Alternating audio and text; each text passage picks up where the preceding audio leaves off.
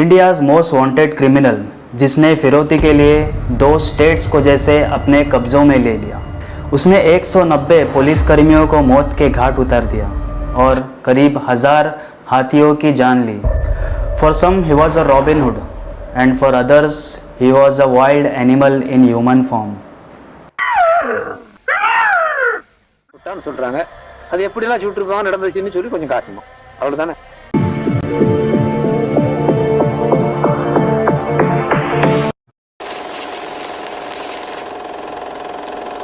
तो आज हम बात करेंगे कुसे मुनेस्वामी वीरप्पन की। तो वीरप्पन का जन्म 18 जनवरी 1952 में कर्नाटक के एक गरीब तमिल फैमिली में हुआ। बचपन से ही वीरप्पन उसके मेंटोर और पोचर सेवियर गुंडर और फेमस डकैत मलयूर ममत्तियान को अपना हीरो माना करता था। आगे चल के उसने खुद का अपना गैंग बनाया। ये गैंग हाथीदांत की तस्करी, सैंडलवुड की तस्करी और किडनैपिंग जैसे कामों को अंजाम दिया करता था। सिर्फ 14 साल की उम्र में ही वीरप्पन ने अपने मेंटोर सेवियर गुंडर की मदद से पहली बार किसी हाथी की जान ली। 17 साल की उम्र में उसने पहली बार किसी इंसान की जान ली। वीरप्पन को पुलिस से कुछ खास ही नफरत थी। इसी के साथ फॉरेस्ट गार्ड्स और पुलिस के इन्फॉर्मेंट्स भी उसके शिकार थे। हालांकि 1986 में वीरप्पन को कस्टडी में भी लिया गया था, पर वो किसी तरह फरार हो गया। वीरप्पन हमेशा बच के निकल जाता था क्योंकि उसे जंगल की अच्छी खासी पहचान थी।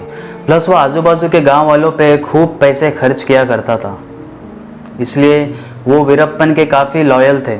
1987 में Veerappan lynched and killed a forest officer in Sathyamangalam.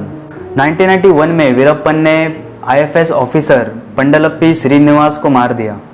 1990 में वीरप्पन को पकड़ने के लिए तमिलनाडु और कर्नाटका गवर्नमेंट ने दोनों ने मिलकर स्पेशल टास्क फोर्स बनाई। तमिलनाडु की टास्क फोर्स को लीड कर रहे थे superintendent of police Sanjay Arora. इस ऑपरेशन के वक्त वीरप्पन के राइट हैंड गुरुनाथन को जान से मार दिया गया। गुरुनाथन को कर्नाटका टास्क फोर्स ने मार गिराया, जिसे SI शकील अहमद लीड कर रहे थे। इस हमले के बस 3 महीने बाद वीरप्पन ने बदला लिया। उसने रामपुरा स्टेशन पे हमला किया और 7 पुलिसकर्मियों को मार गिराया। 1993 के अप्रैल में वीरप्पन ने मलई महादेश्वरा हिल्स में 22 पुलिसकर्मियों को और फॉरेस्ट ऑफिशियल्स को मार दिया।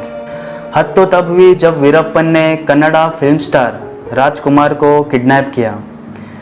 उसने राजकुमार को 108 दिन तक अपने गिरफ्त में रखा और फिरौती के लिए 9 करोड़ मांगे।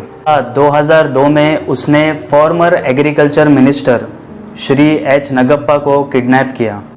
कुछ दिन बाद उनके घर से 40 किलोमीटर दूर किसी जंगल में पुलिस को उनकी डीकम्पोज बॉडी मिली। 10 महीने की प्लानिंग और प्लॉटिंग के बाद तमिलनाडु स्पेशल टास्क फोर्स ने ऑपरेशन कोकून शुरू किया। काफ़ी सारे इनकाउंटर्स और मतभेद के बाद वीरप्पन की गैंग में सिर्फ 5 लोग बचे थे।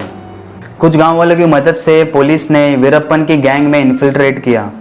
आखिरकार 18 अक्टूबर 2004 में वीरप्पन को मारा गया एक एम्बुलेंस में, जब वो तमिलनाडु अपनी आंखों का ट्रीटमेंट कराने जा रहा था।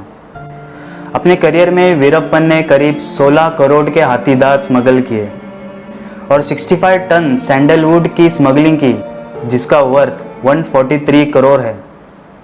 While Tamil Nadu and Karnataka government nearly spent 100 crore for the hunt of forest brigand Veerappan.